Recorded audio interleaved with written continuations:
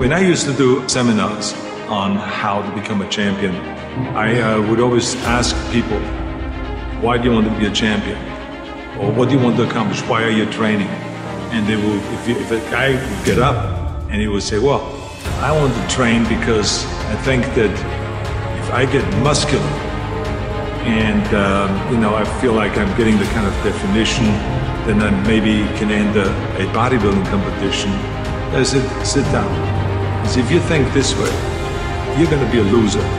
You're never going to make it because there's no maybe. You got to get up and say, I want to be a champion. And I do whatever it takes. The amount of hours it takes, the posing, the this, the that, the visualization, looking at training footage, looking at motivational books, reading this, whatever it takes, I will do. That's the answer I want to hear from you. You can detect right away those that are going to be shaky and that will fall behind and they will not go all the way, and those that are very hungry. And that hunger you have to develop because you have to create a goal for yourself, whatever that may be, a short-term goal and a long-term goal. And you got to go after that. And if you do not see it, and if you do not believe it, who else will?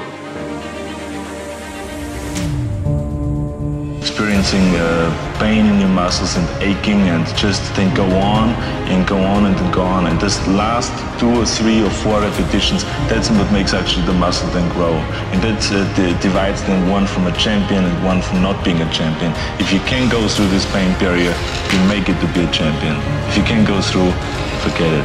And that's what most people lack, is on this having the guts to go in and just say, I go through and I don't care what happens. It aches, and if I fall down, I have no fear of fainting in a gym, because I know it could happen. I threw up many times while I was working out, but it doesn't matter, because it's all worth it. Everyone has a problem with time, but the day is 24 hours, and we sleep 6. Now, I know there's some out there that say, whoa, I need 8. Well, I say just sleep a little faster. Because the bottom line is we have 6 hours of sleep, 24 hours are available, so you have 18 hours now available to your work, your family, your hobbies, and also to learn something new or to do something new, which could easily be that you want to learn a new language, or that you want to read as a New Year's resolution, I have to read a book every week, or you say, I'm going to go and reshape my body. So you're going to go and take this hour out of your schedule and say, I'm going to train an hour every day. So this is, for most people, a huge challenge, but it is totally doable, I can tell them, because the kind of things that I did when I came to this country, I went to school, I was working in construction, I was working out my 5 hours a day. I was taking acting classes from 8 o'clock at night to 12 midnight. I was doing all of those things. I wanted to make sure that out of the 24 hours of the day, that I don't waste 1 single hour. Those hours were too precious. And so there I just want to tell people, don't give me this thing, I have a difficult time with the time and I don't have time for this and I don't have that. You have time, you make the time.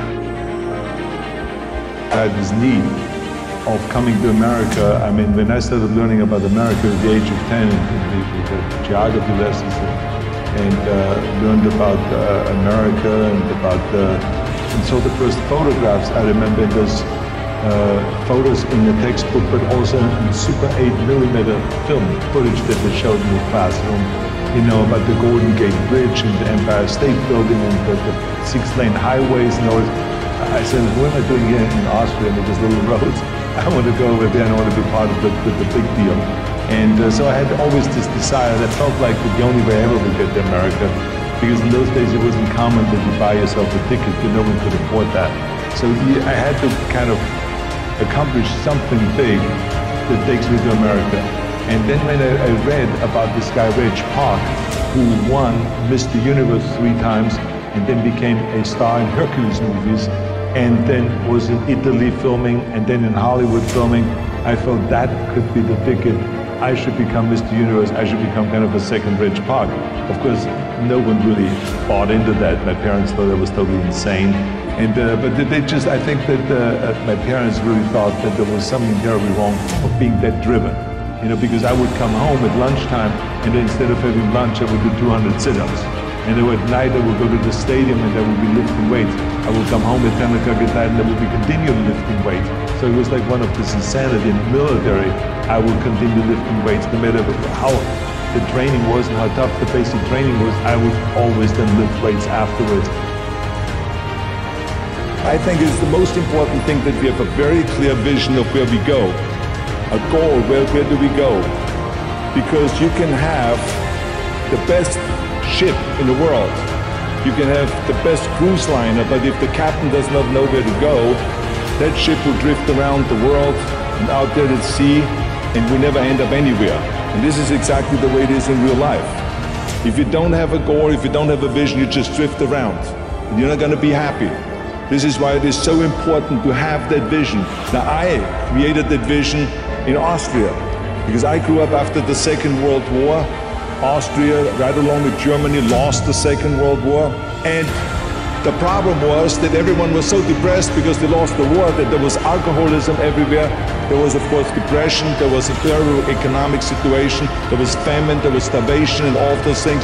And also it was kind of a little place and narrow. I felt kind of, I wanted to get out of there. I wanted to escape.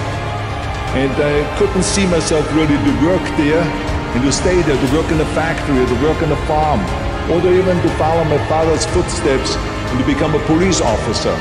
I couldn't see that either. As a matter of fact, that's what my parents wanted me to do. But that's not what I saw. This was the vision of my parents, but not mine.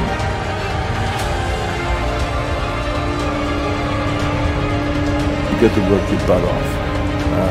If you think that you're going to go and accomplish something really special and be the best in anything in the world, and you think you can do it without working, you make a big mistake. Because no matter what I did, if it was in bodybuilding or in acting or if it was in the political arena, it always took a lot of work. And you got to put out and you got to, something make a lot of sacrifices. Notice, if you're not willing to work hard, forget about it. So there's another rule that is very important.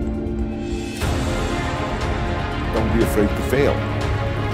Because if you're afraid to fail, then you're always holding yourself back because you're afraid that if you go all out, you may fail. Well, in weightlifting, you learn that very quickly. The only way you could break a record is if you're willing to fail. That's when you put on more weight, you try it, sometimes you maybe you will not be able to lift it, which has happened to me many times, but eventually, when you train hard enough, you will lift it. So don't be afraid to fail. I mean, how far can you fall?